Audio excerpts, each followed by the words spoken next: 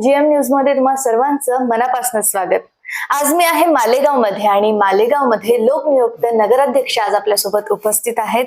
ओमभाऊ खुरसेडे sir आपल्यासोबत उपस्थित आहेत आणि आपण आज मालेगावचा आढावा त्यांच्याकडनं घेणार आहोत। काय समस्या आहेत किंवा त्यांचं काय स्वप्न आहे मालेगावकरांसाठी, तर हे सगळं आपण आज त्यांना विचारूयात। सर्वात आधी लोकनियुक्त नगराध्यक्ष माननीय ओमभाऊ खुरसेडे यांचं आपल्या चॅनलमध्ये आपण स्वागत करूयात। सर खूप खूप स्वागत आहे तुमचं आमच्या चॅनलमध्ये। धन्यवाद।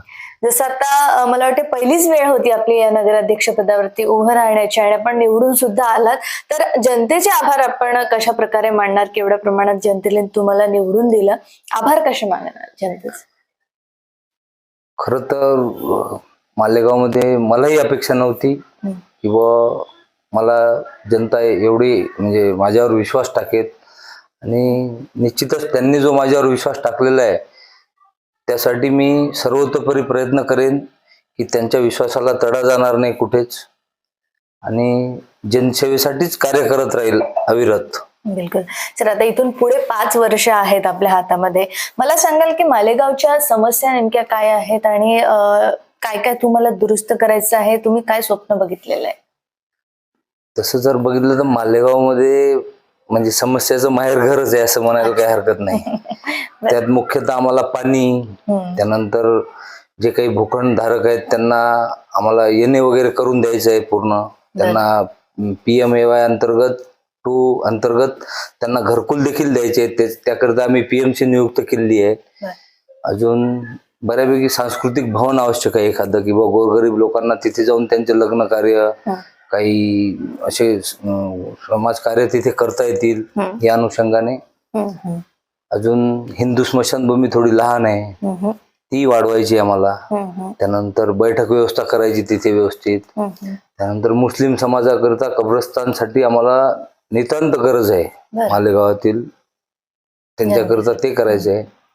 आणि बौद्ध मातंग समाज यांची जी स्मशानभूमी आहे तिथे देखील कोणत्याही प्रकारची काही व्यवस्था नाही आहे आजपर्यंत। कोणी तिथे काही केलेलं नाही, काम जास्त केलेलं नाही, जसं पाण्याची व्यवस्था, काही गार्डन वगैरे, बैठक व्यवस्था, या प्रमाणात आम्हाला ते करायचं आहे। बिलकुल, जसं तुम्ही जे सांगितलेलं आहे की या सगळ्या समस्यांचं माहेर घरच मालेगाव म्हणावं लागेल आणि या समस्यांचं निराकरण तुम्हाला येणाऱ्या 5 वर्षांमध्ये करायचं आहे।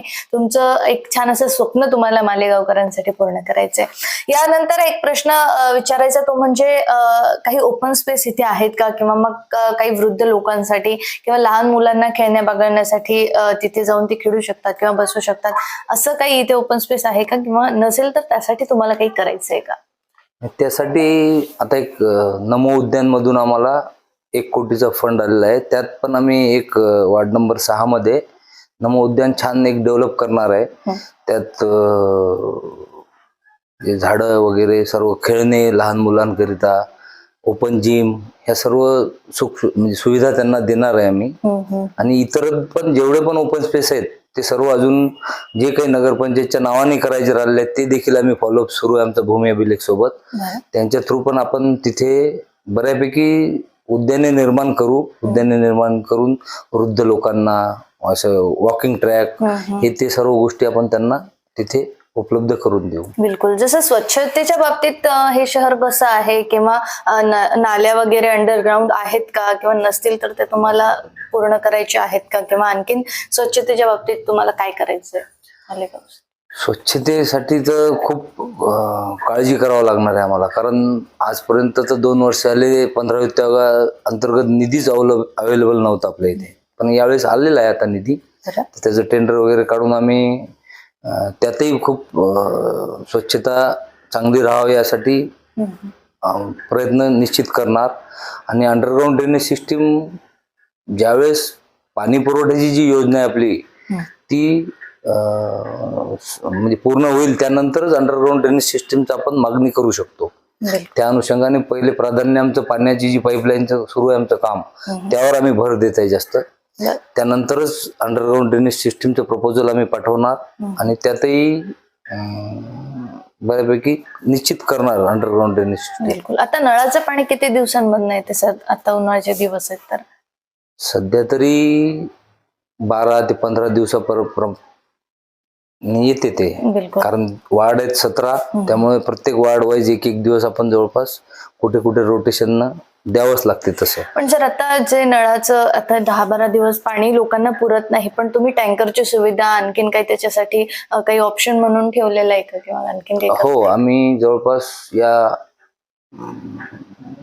15-16 तारखेपासून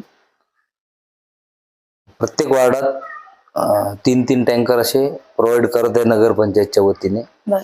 आणि त्या बऱ्याचशी अडचण आहे लोकांना. पाणी ऍक्च्युअली पाण्याचा खूप मोठी समस्या आहे आमच्या इथे, त्यामुळे ते पण कमीच पडते माझ्या अनुषंगाने. पण बॉडीचा ठराव झाला त्या अनुषंगाने ते. आणि मागच्या वर्षी तरी प्रशासन काळात त्यांनी जवळपास 25-26 लाख रुपये काढले होते बरं. या टँकरच्या संदर्भात. पण आम्ही त्यावर आमची जी कुर्रा येथून जी पाईपलाईन आहे जुनी, तिचे अवैध कनेक्शन वगैरे जानेवारी महिन्यातच कट केले. त्यानंतर फेब्रुवारीमध्ये 28 फेब्रुवारी नंतर त्यांना शेतकऱ्यांना त्यांनीही सहकार्य केलं शेतकऱ्यांनी, किंवा तिसरं पीक घेऊ नका म्हटलं. तर त्या अनुषंगाने त्यांनी मदत केली. म्हणून यावर्षी इतिहासात प्रथमतः मे महिन्यात 15 तारखेपर्यंत तरी नळ आले आमच्या इथे, नाही यापूर्वी कधीच नाही आले. ते आम्ही एक प्रिकॉशन घेतली आमच्या ताईसाहेबांनी, त्यासाठी कलेक्टर साहेबांना, भावनाताई गवळी त्यांनी सुद्धा आमच्यासाठी कलेक्टर साहेबांना फोन केला. त्यानंतर त्यांनी ती ऍक्शन घेतली. माझाही फॉलोअप त्यांच्यासोबत होता, त्यामुळे ते शक्य झालं. सर, आता मी जेव्हा इथे सर्वे करत होते तेव्हा मला असं आढळून आलं की काही काही रस्त्यांवरती स्ट्रीट लाईटची व्यवस्था नाहीये. तर येणाऱ्या काळामध्ये तुम्ही ते काम पूर्ण कराल, ते काम मार्गी लावाल? निश्चित निश्चित. स्ट्रीट लाईट संदर्भात जवळपास 3 आमच्या ताईसाहेब, भावनाताई गवळी साहेब आमदार यांनी 3,60,00,000 रुपयांची स्ट्रीट लाईटचीच कामाची मंजुरात केलेली आहे. तोही निधी लवकरच येईल, त्यालाही ऑन प्रोसेस आहे. ते पण निश्चित होऊन जाईल. बिलकुल. सर, आता एक प्रश्न ते म्हणजे तुम्ही जसं ताईंसोबत आहात, भावनाताई गवळींसोबत, तुम्ही शिवसेनेसोबत निवडणूक लढवण्याचे जे ठरवलेलं आहे, तर मुळात याचं कारण काय होतं? इतरही पक्ष होते, पण शिवसेना हाच पक्ष का बरं तुम्ही निवडला? शिवसेना असं आहे की त्यात सर्व आमच्या मालेगावमध्ये बऱ्यापैकी मुस्लिम बांधव, बौद्ध, मातंग, मारवाडी सर्व समाजाचे लोक आहेत. आणि शिवसेना असा एक पक्ष वाटला मला की तो सर्व धर्मसमभाव याप्रमाणे या वृत्तीने वागतो. आणि मला शिंदे साहेबांची जरा म्हणजे ताईसाहेबांमुळे, ताईसाहेब बी कर्तृत्ववान नेते आहेत आमच्या इकडच्या, त्यामुळे मी त्यांच्याशी जुळलो, त्यामुळे हा निर्णय घेतला. बरोबर. सर, आता येणाऱ्या या 5 वर्षांमध्ये ज्या आपण समस्यांवरती आज चर्चा केलेली आहे, त्या समस्या तुम्हाला या येणाऱ्या काळांमध्ये सोडवायच्या आहेतच. पण या 5 वर्षांसाठी तुम्ही जनतेला आता जाता जाता काय आवाहन करणार आहात? जनतेने थोडस अजून जनतेकडूनही सहकार्य अपेक्षित आहे की बऱ्यापैकी मी जे त्यांच्यासाठीच कार्य करत आहे आणि अविरत करत राहील. त्यांनी सुद्धा थोडं सहकार्य करावं, की जसं स्वच्छतेबाबत बऱ्यापैकी त्यांचा कचरा वगैरे त्यांनी कचरा गाडीतच टाकावं. आणि याप्रमाणे सहकार्य अपेक्षित आहे त्यांच्याकडून. मी तर शेवटी त्यांच्याकरिताच आहे बसलेला इथे, त्यांच्याशिवाय माझं दुसरं तर काही वर्क पण नाही आहे. हेच एक काम आहे, बाकी काही नाही. सर, वीज बिल खूप झपाट्याने येते मला वाटते नगरपंचायतचं, तर यासाठी काही सोल्युशन तुम्ही काढलंय का? निश्चित निश्चित. वीज बिलाबाबत आपण जे आता बाळासाहेब ठाकरे यांच्या निधी अंतर्गत आम्हाला 1 कोटी रुपये आलेले आहेत, त्यात आपण नळगंगेचं जे वीज बिल आहे, जे जिथून पाणी पुरवठा योजनेचं जवळपास पर मंथली 2 ते 2.5 लाख रुपये वीज बिल येते आपल्याला. आणि दिवे जे लाईट लागलेले आहेत त्यांचे, तर त्याकरिता आपण जे सौर ऊर्जेचं जे एक युनिट जवळपास 250 युनिट पर किलोवॅट कंझ्युम होतील, याप्रमाणे आपण तिथे त्याची इस्टिमेट तयार केलेला आहे. ते पण मार्गी लागेल. त्यामुळे तो निश्चित हा नफत जो खर्च आहे नफतला, तो आपण दुसरीकडे युटिलाइज करू शकू. सर, या मालेगाव मधील जो सरकारी दवाखाना आहे, जे शासकीय रुग्णालय आहे, मला त्या बाबतीत एक प्रश्न विचारायचा आहे की तिथे आणखीन डेव्हलपमेंट व्हावी किंवा मग येथील रुग्णांना बाहेर कुठेही जाण्याची गरज पडावी नाही, यासाठी तुमचे काय प्रयत्न असतील? यासाठी आम्ही ट्रॉमा सेंटर होण्यासाठी आणि उपजिल्हा रुग्णालय होण्यासाठी अशी शासनाकडे मागणी केली आहे ताईसाहेबांच्या थ्रू.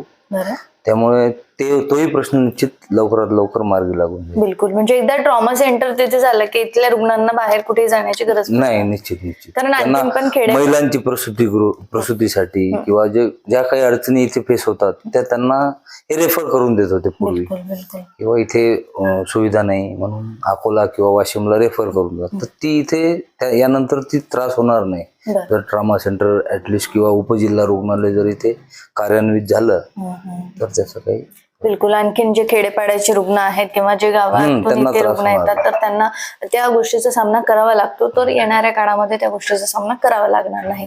तर आणखीन एक प्रश्न तो म्हणजे मालेगाव मधील जी मुख्य बाजारपेठ आहे त्या बाबतीत एक प्रश्न विचारायचा, त्या म्हणजे एक घाणीचे साम्राज्य तिथे पसरलेले आहे आणि तिथे कुठेही मला वाटते व्यवस्थित वॉशरूमची व्यवस्था नाही कुठेही आहे महिलांना, तर त्या बाबतीत तुम्ही काही पावलं उचलाल?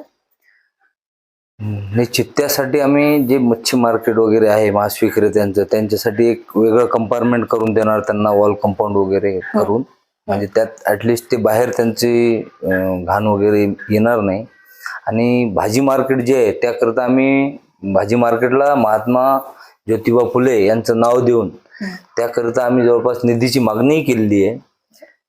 तो आल्यानंतर निश्चित त्यात रोड, त्यांना वेगवेगळे दुकान असे व्यवस्थित निश्चित म्हणजे चांगले करून देऊ आणि त्याची कार्य करू त्यावर. बिलकुल सर. आणखीन एक प्रश्न तो म्हणजे अतिक्रमणाचा एक प्रश्न आहे. काही जे दुकानदारांचे आहे ते दुकानात थोडस अतिक्रमणामध्ये येतात, तर त्याचे काही प्रश्न तुम्ही कसे मार्गी लावा?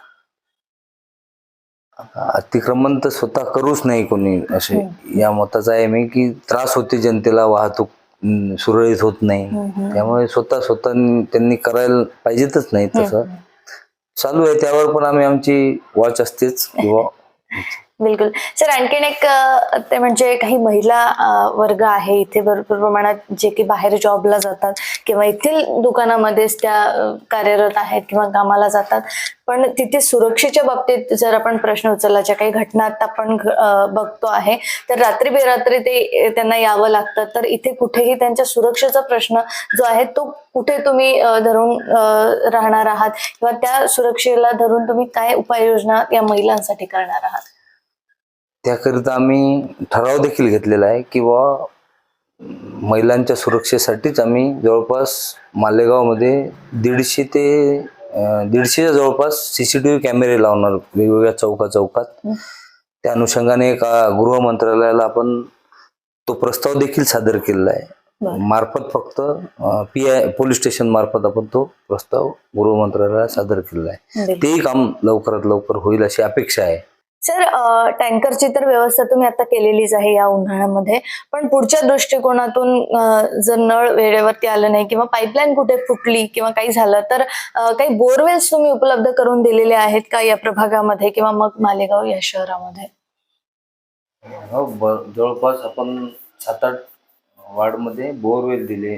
आपण हा 60-65 लाख रुपये निधीच पर्सनली त्या पाण्याकरिता आणलेला आहे किंवा ज्यात ठिकठिकाणी पाईपलाईन वगैरे त्यांचे नळ द्यायचे पिण्याच्या पाण्याचे, विहिरीवरून काही अरेंजमेंट केली, काही ठिकाणी बोरवरून पाईपलाईन करून वार्डात जेवढ्या शक्य तितक्या. आता हे पूर्ण संभव नाही आहे की पूर्ण जनतेला देता येईल आपल्याला, पण थोड्याफार प्रमाणात तरी त्याचा उपभोग प्रत्येक वार्डात आहे, आता मिळत आहे थोडा का होईना. अजून ऑनगोईंग आहे काम त्याचं, झाल्यानंतर त्यांना आणखी बऱ्यापैकी कव्हर होईल. आणि निश्चित पुढच्या वर्षी आम्ही प्रयत्न करू की यात अजून कसं पाणी टंचाईवर काम करता येईल. बिलकुल सर, खूप खूप धन्यवाद दिलेल्या सगळ्या सविस्तर माहितीसाठी आणि इथून पुढे या 5 वर्षांसाठी आमच्या चॅनल कडून तुम्हाला खूप खूप शुभेच्छा आहे. थँक्यू.